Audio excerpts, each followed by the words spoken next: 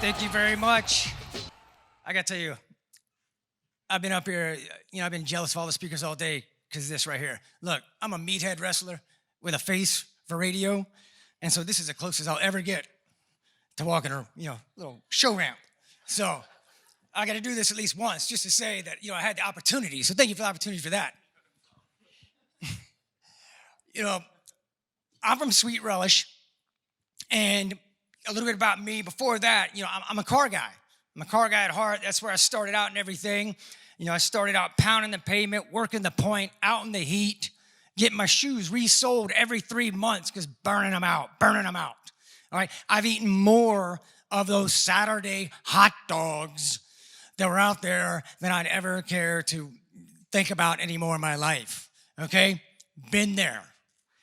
And it was pretty neat because as we got to know Sean and everything, and we were thinking about what we were going to talk about and what do we see, and it was neat for me because I reflected back, because I held about every position, in a dealership. Like I said, started out with sales, went up, spun paper, literally used cars, and then over BDC, internet side, and I loved it, and then I found this opportunity here with Sweet Relish to bring some things I really thought, it's one of those paradigm shifts in my life, and I wanted to find a way to, help, and that's what I thought we could really do with this, and that's why I made a change, But I love being back and here in the environment, because it's colorful people, that's what I love about cars, and to me, the most colorful ones were always the used car guys, because they always had the best one-liners. You always have a guy, he goes, "Night, that car's rougher than a stucco bathtub." I mean, you always get those guys talking like that, But so we started looking at inconsistency. That was what we thought. That was the biggest thing that we see over and over. When we interact with dealers, and I remember it from being in, the space and all like that, it was the consistency. All right, that was, the biggest thing. And so, let's go through a little bit of the dealer 30-day cycle. All right, so we start out day one. That's right. Day one of the month. Month is starting out great, right? Everyone's there, nice, relaxed. All right, we keep going through the month. Oh, man, here we go. We hit about that midway point. Then we start hearing, track. We're off track. Uh-oh. Track's dipping a little bit. What are we going to do? All right, but we still got a plan. We're still following the plan. Oh, then we get close to near the end of the month. It starts coming up near the end of the month, and all of a sudden, our track is off. And now we're worried. All right, what are we going to do? I mean, because I'll tell you what a lot of y'all do. You sit there and you channel your inner 16-time world heavyweight champion Ric Flair Nature Boy, all right? And you go to the BDC and you run in there and boom, you kick the door in and you drop the bomb. And you say, look, code red. I don't care what we've been telling you to do. I don't care what the system is, the process is. Break contain. All right? Only want you calling today's stuff. Right now, everyone stop. Only today's stuff. Only these immediate leads. All right? Don't you dare pick up the phone or engage with anyone that isn't actively engaging with us and ready to bet their firstborn child they're coming in to buy in the next 24 hours. And so that's what happens a lot. Been there, done that, I know. And then what happens? Well, to me, it's kind of a flashback. What happens out of the result, us doing that, I think we've got to go way back and talk about time management and paradigm shift and all like that. It kind of goes back to a lot of us. It rooted itself in high school. We were given by our teacher, we had a term paper due or something, and we're given like 30 days, let's say, to do it. And we wait, and we procrastinate, and we wait, and then we cram. We turn it in, and we get back C+, B. It's a win, right? We got it done. We passed, right? I argue that if we were consistent and attacked it the right, consistent way, the A was within our grasp. And I think the same thing with the way we're working the months with automotive, okay? Yeah, a lot of times what you think is the best thing that happens to you, that quote, you hit your number or you get close, I'm going to argue sometimes that's actually the worst thing because it reinforces that. And I'm going to go a step further. I'm going to say that if you hit the number, your number wasn't high enough because you don't know the potential you have then if you're living like that. All right? So what does that do there? Well, it's the low-hanging fruit. That's what you're doing in that moment, right? You're going after the low-hanging fruit. But what are you giving up? Now, what are you giving up by doing that? Well, you're not insuring your customers for tomorrow. All right? You're abandoning the customers for tomorrow by only focusing on this immediate. It's the old short term. It's the short-term play. All right, so you're doing that. And then it's mixed signals to your BDC. All right, you're telling them one thing, and then all of a sudden you throw everything out. All right, when it hits the fan, you throw everything out.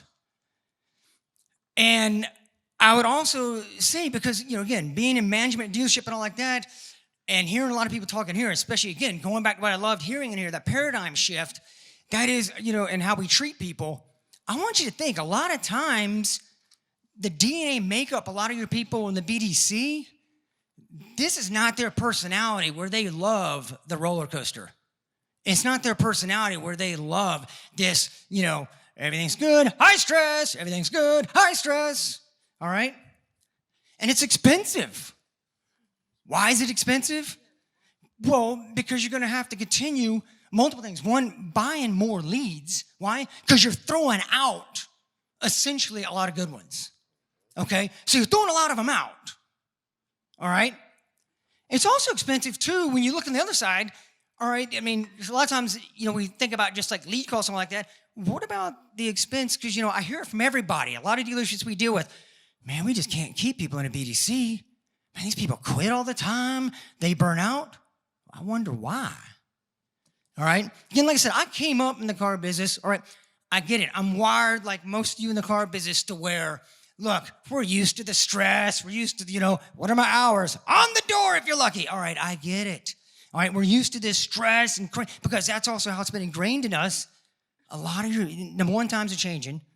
All right, like we said, paradigm shift. And a lot of these people you have in that role, that's not them. And you got to keep that in mind. So you're going to continue to spend more money chasing these people, okay? So we're inconsistent. All right, it's kind of, one foot on the brake, one foot on the gas, stop, go. And it's crazy. You ever been with someone driving in a car like that? Dear gosh. And they're, gas, brake. And that's what you're doing, in the dealership. That's the message that you're sending. It's interesting. I saw this thing online one time when I'm reading up on some stuff, and it's pretty neat. They were doing studies of traffic lights, watching cars through traffic lights going on the highways and all like that. All right. And the study showed that, look, and this shocked me because I would have swore it was the other way because I love driving. And I'm, lane.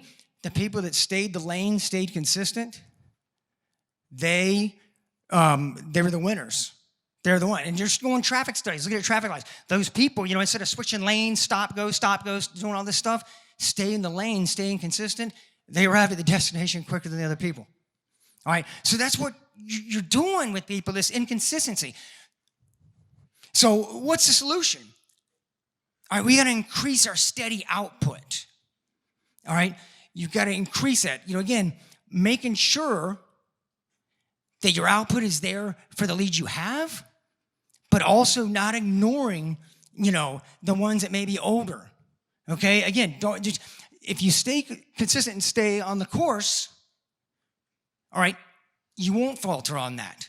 And you won't be wasting this money. So increase that steady output because when you're more consistent, like I just said with that example, you actually will get more leads out. Your people actually get more engagements. All right, that's what they're going to do. They're going to get more engagements by staying steady here and increasing the steady output. All right? And then also, what do you do to increase the steady output? Look at also your technology, in different ways.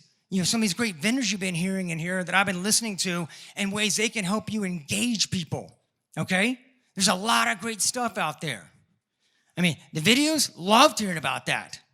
Oh, yeah. Okay? Plus, looking at things such as, making sure, I know it came up earlier, we talked about texting. All right? You got to stay on top of that. All right? Texting huge. Make sure, because what you want to do with your output is remember there's different ways people want to be engaged. And kind of the way I always look at it is I like to say, look, let's meet someone where they're at. Why are we always trying to force someone to come to where we're at? Meet them where they're at. Be easy to deal with, easy to get along with. So what is a connected database? Put that in there because I want to just tell, and it coincides with this text we talked about earlier today. All right, you need to get everyone now, if you're not already doing it, text opted in. Okay? That is, it's going to only get bigger and bigger. I mean, I love that stat y'all had up there yesterday. 98% of text messages are read. Oh my gosh, get on that bandwagon. And so a lot of times when I say this, though, people are thinking just your new clients coming in. Yeah, that's true. Work towards now having a system to get new ones, but also your previous clients. All right? It's a great, go back, your service clients and all like that. Reaching out to them. All right? And there's different, again, reaching out phone calls. Maybe an incentive for them to get there because that way you can market and advertise and stay in touch with them. Okay? But also when you're doing that thing, it lowers your cost as well. Once you've got in there texting and can use a texting platform, it is an awesome, effective, low-cost method to do that. All right? Now, going back, like I said earlier, are the old leads even worth it? I know we said, all right, throw it out, only go after the new stuff and all like that. What about these old leads? Well, recent J.D. Power suggests, with millennials, they shop for 16.9 weeks. And I've heard, different numbers here today, some big numbers. All right, there is this, gestation period that people are shopping. And so what I like to think and say is that, when you're on these old leads and giving them attention through consistency, a consistent plan, all right, you're going to stay there in front of them because that's what you want to do. I believe you got to throw a big blanket. Yes, I know. I'm never going to argue with anyone saying, hey, the earlier the lead, the higher the percentage of closing. I'm not at all saying that, not at all arguing with that. But I think, too, you got to throw a big blanket, and you got to be there for, like, these old leads. Because a lot of times it is about timing. All right? Yes, there are some people that pull the trigger quick, but then there's some people that, they're kind of your someday buyers. Right? They're going to buy someday. Well, what you need to remember in there is they are going to buy. A lot of times the thing is, are you going to be one in front of them when they're ready? Okay? What do they say? On average, when someone's ready to go and all like that, they visit 1.3 dealerships, something around that, all right? You know what that tells me I read into that? Number one, they're not going a lot of places. When they're ready, not going a lot of places. And I'm big into training, big into everything like that. However, I'm also going to put out there, a lot of times when it's like that when they kind of made up their mind. Have you ever been in that thing where you made up your mind, you just go somewhere, you're like, that's what I want, let's roll. That it doesn't, my point is, you don't have to always be the greatest rock star, this, that, the other dealership and all like that. Sometimes you can get by on being the one that put the hand on the shoulder, engaged, all right? And you can't do it if you're not staying engaged and being there when they're ready. Now, what we monitor and tell people to do is you want to look at 4 key performance indicators to us. All right, your connect rate, appointment rate, your sold by connect, and sold by opportunity. All right, these are 4 big markers that we look at. So we did a study. We did a study off of dealers, again, on our side that we're representing and watching them. And through using our services, knowing what happens with a consistent strategy there. So almost 185,000 outbound phone calls. And you see how things break down. The connect rate is at 13.4%. To me, that's actually going down. All right. Earlier part of the year we were doing this, we were looking at 16, 17%. It's going down. All right, and we were talking about it today with some people. I don't know if some of y'all know, like Apple 13 came out, and part of the software update now with your phone is that you can have a setting on it to where if someone calls you and they are not in your contact list, straight to voicemail. Doesn't ring, doesn't vibrate, doesn't bother you, straight to voicemail. And Android's coming right behind it. All right? So what is it telling us? A, work to get in, follow them, and work to get in that database with them. Like I said, building that connected database, having good, compelling message, a reason to talk to them. So work to get them in your phone. All right? So you got to think about that. And it also tells us the flip side, hey, all right, the connect rate's lower. You want more sales. You got to ramp up what? The opportunities. You got to ramp up the output. All right? You got to put the foot in the gas. And that's why I say, you got to be consistent over time. Okay? Now, using different types of BDC technology and part of our system, then when we look at, hey, all right, what's going on now? You got like 6 BDCs, typically about 120 per day is what people want the outbound. All right? So you look at that, your team daily calls 720, 14,400 a month. What if all of a sudden you're using consistent and throwing in the technology available to you? What if now you got people, those same 6 people, doing 360 a day? It's possible, all right? You do the 360 a day, then it becomes our math. All right, there's a big difference between 14,400 and 43,000 outbound a month. All right, what's that going to get you? Well, let's take those same numbers we got and look at it. Go to the old technology, new technology. All right, working with these, you see you go from 116 to 350 sales. All right, so it's about increasing that output as well. You're consistent, then you throw in technology, increase the output. Staying in touch, you're covering both. You're covering, yes, the new, covering the newer stuff, but you're also, again, staying in front of those people that are going to be your someday buyers, all right? Because at the end of the day, what is it now? It's a math problem, all right? Increase the output, increase the cars sold, all right? If you're staying in touch with them, what I love telling people is, those someday buyers with a system and a process, they become your everyday buyers because they are buying every day. Just maybe it's not, yes, as fast as we want, but they are buying every day. Make them you.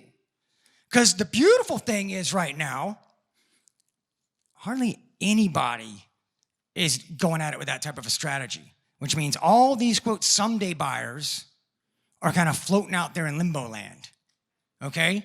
Make sure you're the one that is there when they reach out. Make sure you're the one they get in touch with. I had a good buddy of mine.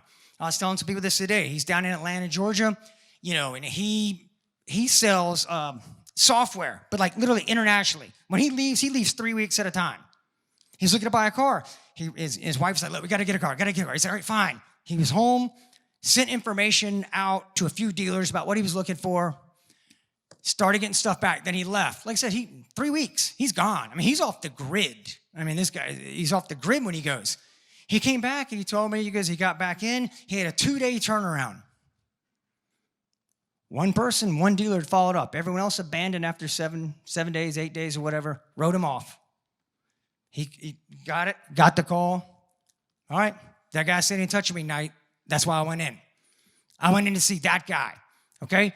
So, I hope, again, I just wanted to boil it down because I see so much inconsistency that I want just a new paradigm shift in people thinking about going from a point of consistency and staying the course. Just trusting in it, trusting the system. Trusting when you have people doing these follow-ups that you're going to get to everybody. And it'll keep your costs down on that. It'll increase your sales and give you bigger returns. And I'm going to tell you, I really think it's also going to help you with retention with your people that are working that, all right, when they have a consistent. Because to me, like with us and what we do, if you ask, and to me, this may sound corny, but the goal is this. If you ask BDR, if you were to walk in and go, hey, what day of the month is it? You want to hear him go, I don't know.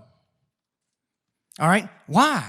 Why are we going to have someone work? Should there ever be a difference between how we work on the 7th and on the 29th?